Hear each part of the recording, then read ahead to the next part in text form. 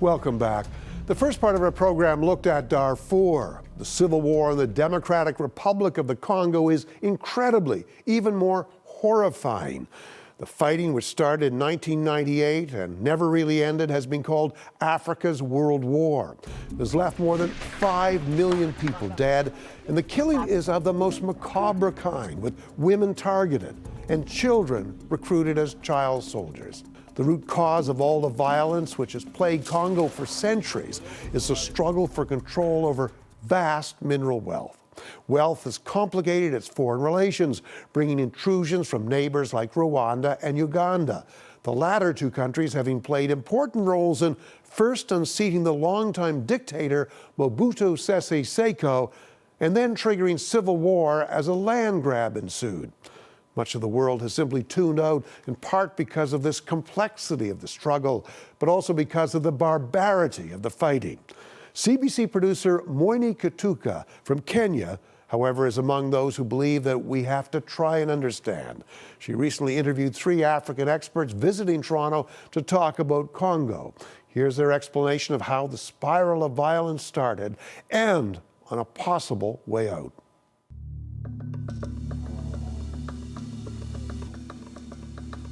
The Congo is a country which is sick politically, economically, culturally, sick in everything, sick of lack of governance, lack of democracy. It's a country of corruption and a country where people does not have the possibility of life, and they are struggling for water, they are struggling for housing, they are struggling for school. They don't have any means.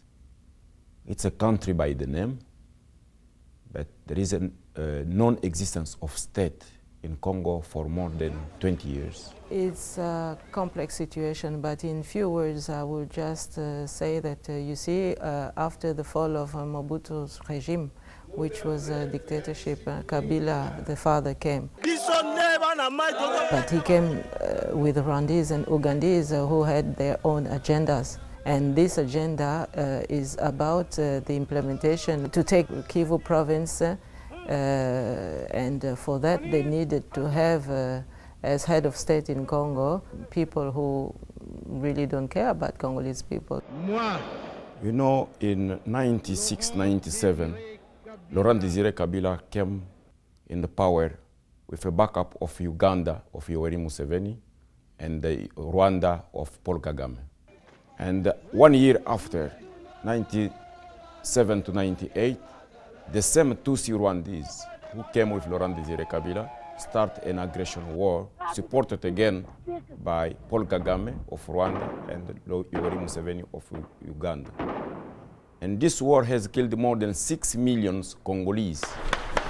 Every day there is people dying at an average of 45,000 people by month in Congo. Nobody is speaking about. We have got more than 1 million brutal sexual crimes. And we have more than 2 million displaced people around the country.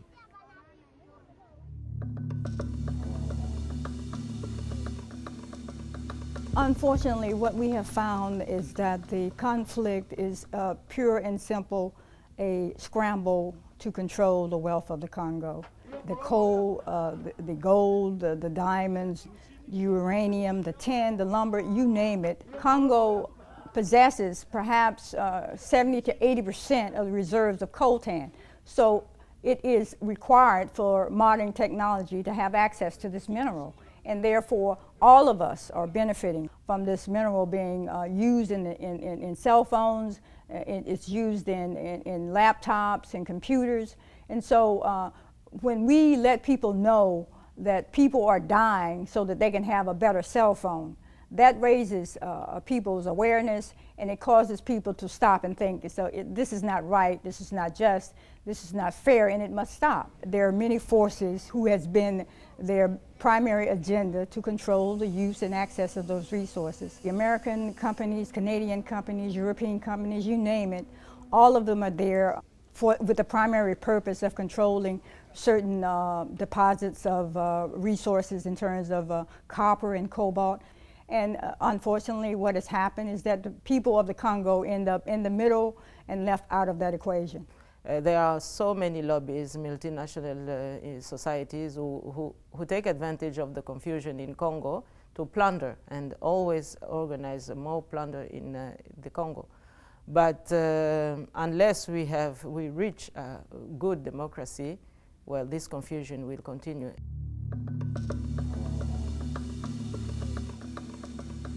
The ICC, the International Criminal Court, has a deterrent role for taking in account the international justice as they did for Rwanda.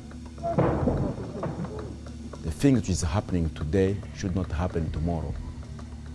And the international community knows that there is no peace without justice. In Congo, there is a lack of justice. There is a lot of corruption in all the system of state, from the summit of state up to the bottom.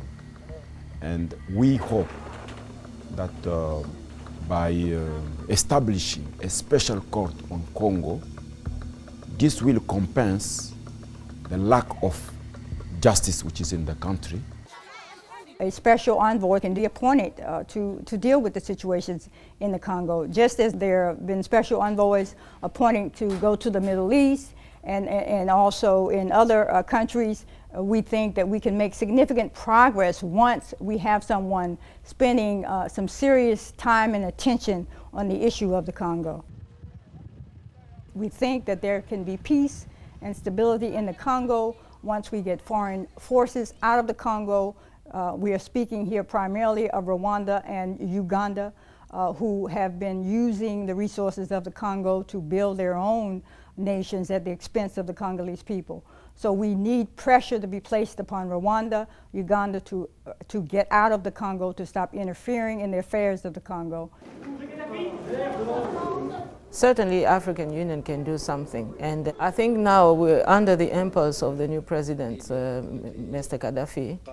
Maybe something good can come out of it, but we should give him a chance to talk to all the protagonists of Congo crisis, and maybe also to let the dialogue within African communities take place.